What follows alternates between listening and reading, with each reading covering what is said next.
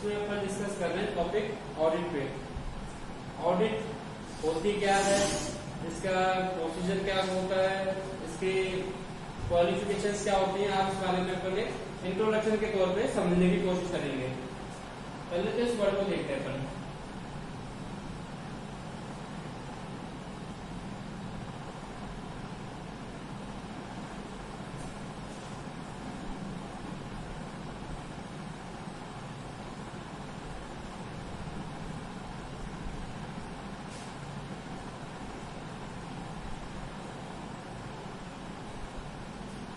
Audit is a Latin word derived from audire।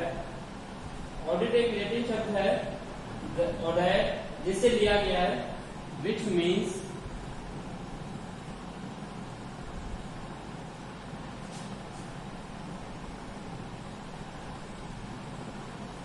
to hear।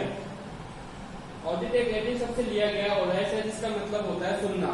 मतलब audit एक ऐसा process है जिसमें हमें ये सुनना पड़ेगा, समझना पड़ेगा कि फाइनेंशियल स्टेटमेंट कैसे बनाए गए हैं और उनमें कुछ कमियां तो नहीं रह गई है, उनको अपन को चेक करना होगा। ये तो अपन ने बात करी वर्ड ऑडिट की। इसके बाद अपन देखते हैं कि ऑडिट की इंडिया में कब से शुरुआत हुई है। इंडिया में कब से ऑडिट का बारे में लोग समझने लगे हैं, जानने लगे हैं। कंपनीज एक्ट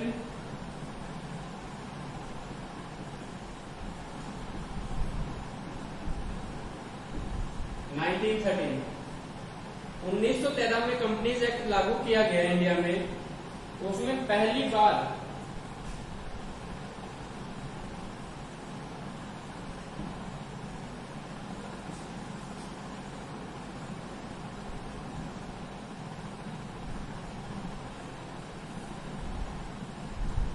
कंपनीज एक्ट 1913 में पहली बार ये बताया गया कि जो एक ऑडिटर होता है उसकी क्वालिफिकेशंस क्या होनी चाहिए। जब ये वर्ड यूज हुआ क्वालिफिकेशंस ऑफ एन ऑडिटर, तो फिर उसमें ये बात उठने लगी कि ऑडिटर को इन बातों के बारे में पता होना चाहिए और तभी वो अच्छे से ऑडिट कर सकता है या फिर वो एलिजिबल है। तो कंपनीज एक्ट 1913 जब लागू हुआ तब ये क्वालिफिकेशन निकल के आई और 1 अप्रैल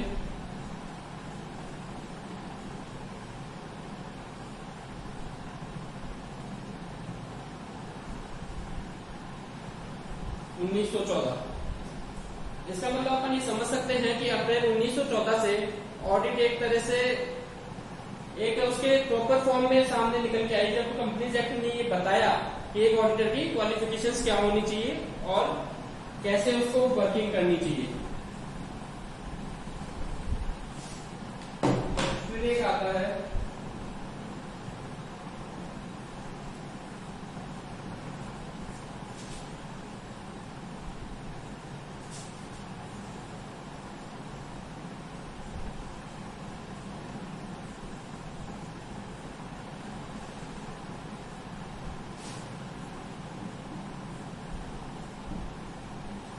the institute of chartered accountants of India, जिसे हम ICAI के नाम से भी जानते हैं। ये आया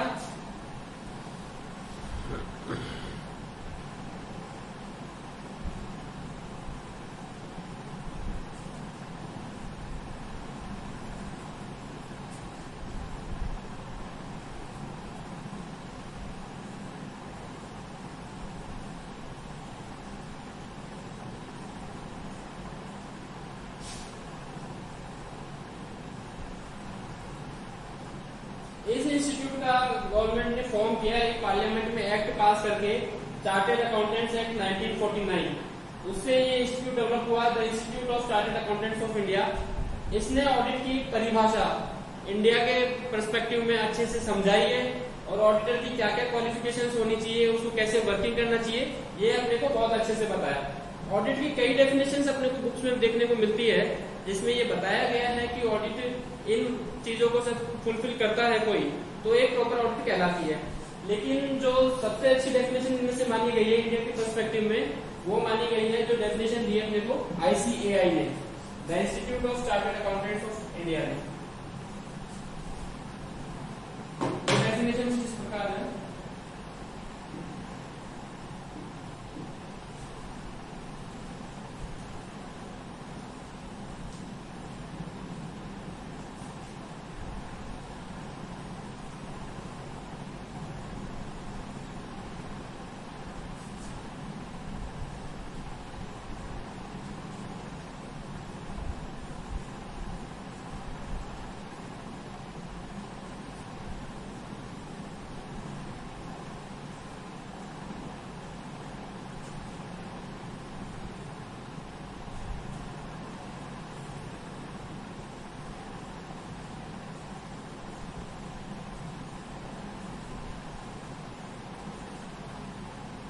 Audit is a systematic and independent examination of financial statements.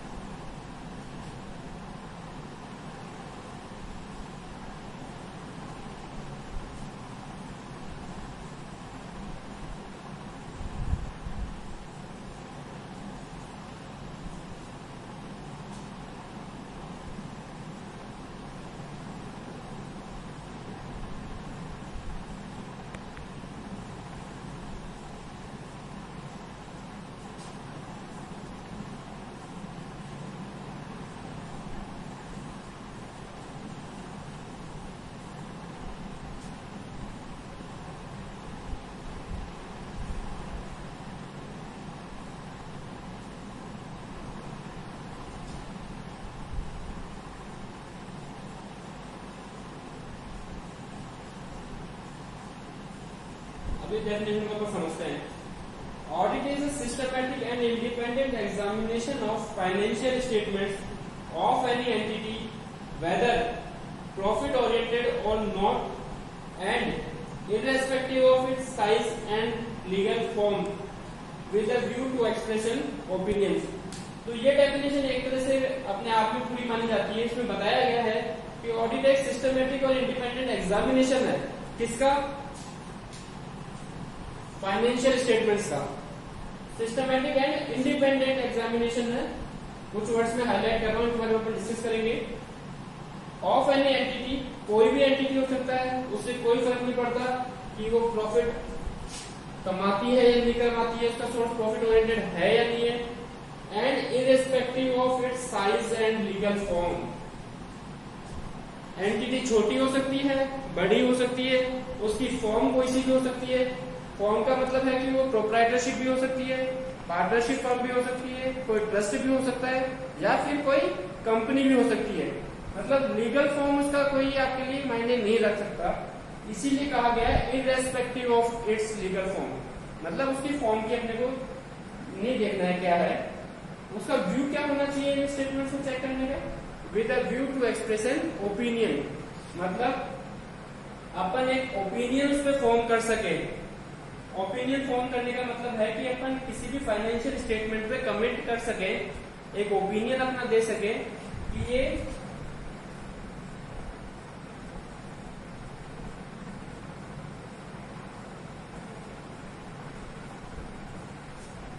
True and fair view.